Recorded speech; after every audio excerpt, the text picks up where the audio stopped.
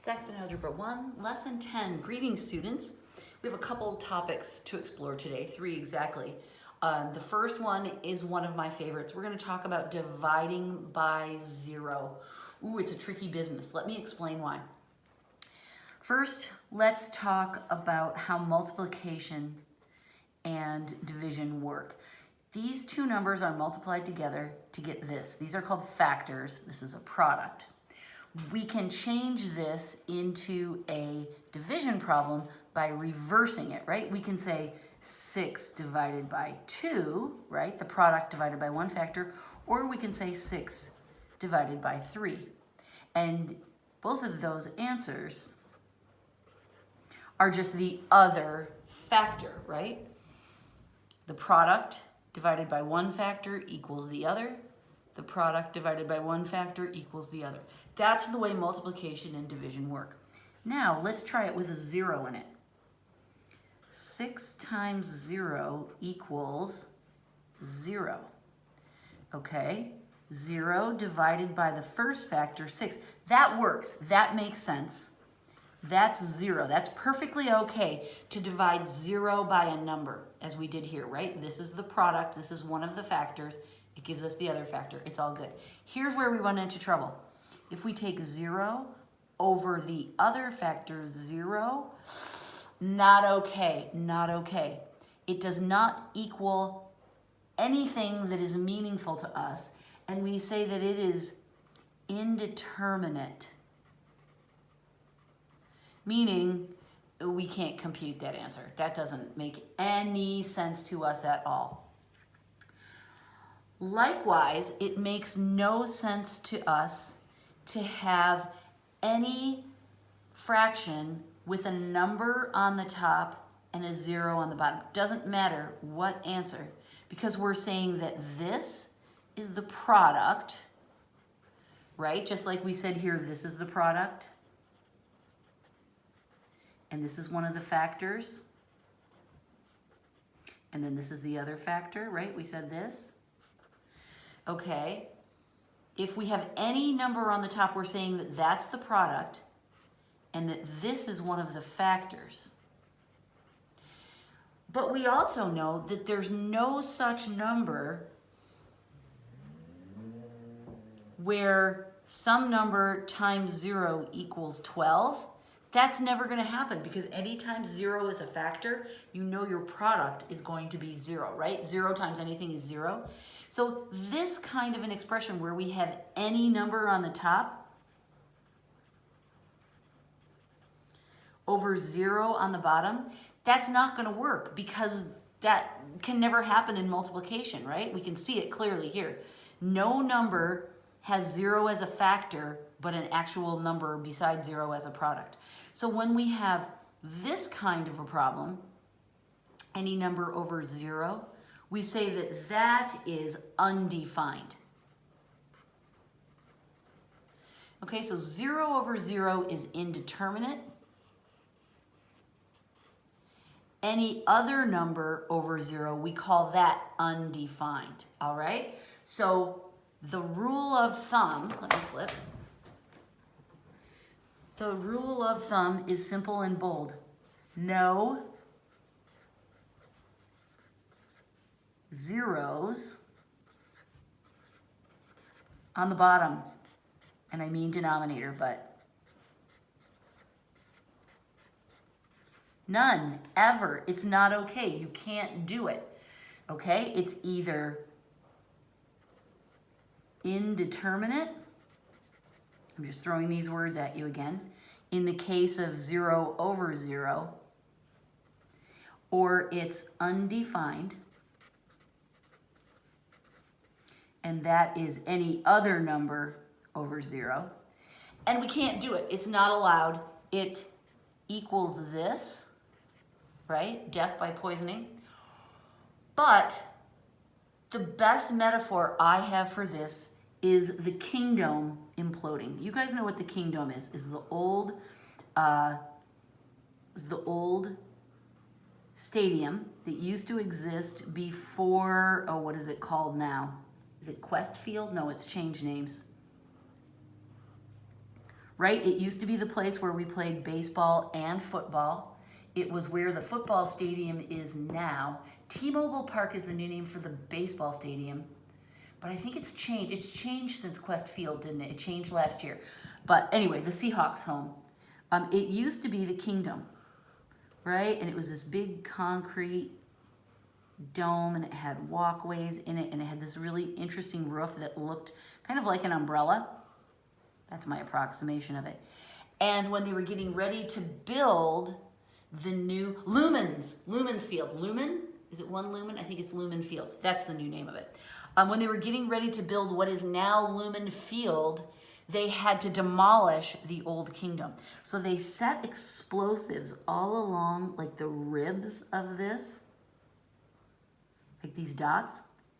They set all the charges, and then they blew this sucker up, and it folded in on itself so that it wouldn't damage any of the other buildings in the area. And it is a spectacle. This I want you to put in your mind as what happens if we try to divide by zero. Obviously, it's a metaphor, but this whole sense of destruction and impossible chaos is what I want you to associate with dividing by zero. It doesn't work. I am going to ask you, as part of your homework, I'm serious about this, I want you to watch a video of the Kingdom being imploded. There are a number of good ones out there, but I just Googled, and the Seahawks posted a good one because this year is the 20th anniversary of the Kingdom implosion. So I'm going to link it in the description to this video. And I want you to watch it. In fact, I would not be mad if you paused me right now, went and watched that video, and then come back to me. It's really good. It's really cool. And I want you to just put it in your mind as what happens if you try to divide by zero. Just don't do it, you guys. It's bad. It's a bad scene. The problems for this section are super straightforward.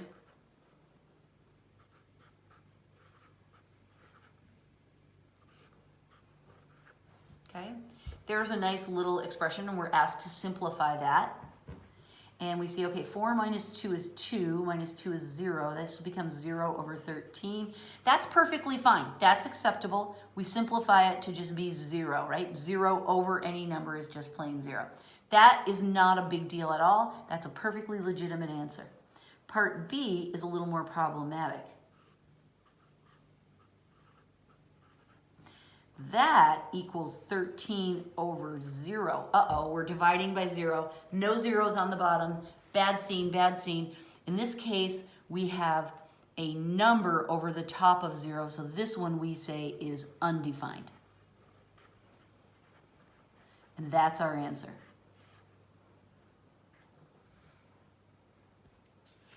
All right. Beautiful. That is all I have to say about it. If you haven't watched that Kingdom implosion video, please be sure to watch it. Watch it more than once, and you'll see in at least the one that the link I'm going to give you, it shows it over and over and over again from different angles and vantage points, which is really cool. So put that in your mind. That's what happens if you try to divide by zero. Don't do it. Just don't do it. All right, moving on.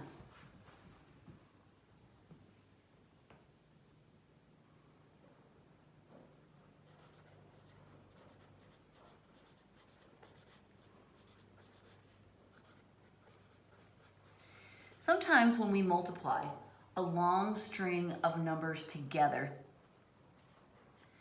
it helps to rearrange them mentally, which ones we're going to multiply by. We do this with addition all the time, right? If you're adding a long string of numbers and you see that one of them's a 7 and one of them's a 3, you can go, oh, that makes 10. I'll hook those together. Maybe you see an 8 and a 2. Oh, I'll put those together and make another 10, right? You can rearrange the numbers in an addition problem any way you want, because in addition, order doesn't matter. The same is true in multiplication. In multiplication, order doesn't matter. So we can rearrange the factors, the different things we're multiplying together, any way that we want. John's going to show you this. He's going to illustrate this in a series of problems that are maddeningly alike to me. He gives us this string of numbers.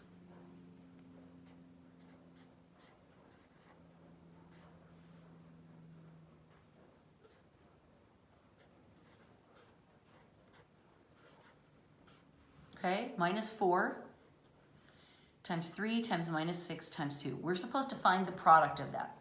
Well, in my brain, what I do is I start grouping these numbers together, and there's lots of ways we can do it, right? We're just trying to make the problem easy on ourselves. That's the bottom line. We're not trying to accomplish anything tricky or complicated. We're trying to make this easy. So what I see right away is I see, hey, let's multiply this together. We get minus 12 times positive 12, right? I'll put brackets around them, parentheses just to keep it clean, right? I multiply 4 times 3, I get 12. 1 minus sign minus 12. 6 times 2 is 12. Those two go together to make a positive 12. And then I know 12 times 12 is 144, so I can get my answer of minus 144, right? But if I want, I can rearrange these into another order if I want, right? For example, I could write minus 4 times minus 2 times minus 3. I could do that all as a clump. Here I went like this and this, right? And then I could multiply it all by minus 6, right? I can rearrange these either with my pencil, or I can just do it in my head. I don't have to rewrite it if I don't want to.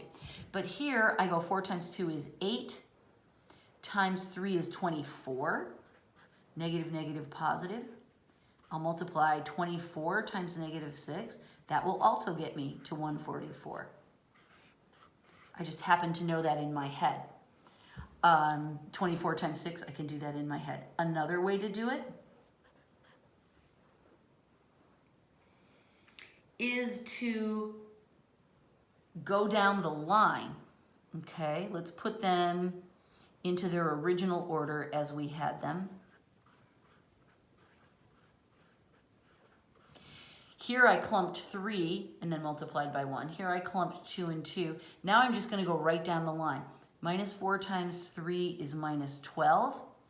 12 times 6 is 72, and it's going to be positive. And then times minus 2, I double it. So 14, 4, and it turns minus. So here I went down the line. So this was a bundle. And this was a bundle. This was a 2 and 2 bundle, right? Because I did these 2 and these 2. This was a 3 and 1 bundle, and this was a train. I went down the track and just kept multiplying as I went. The bottom line is do whatever's easiest for you. Do whatever jumps in your head as the obvious answer that seems easy to you. For me, it would be this one.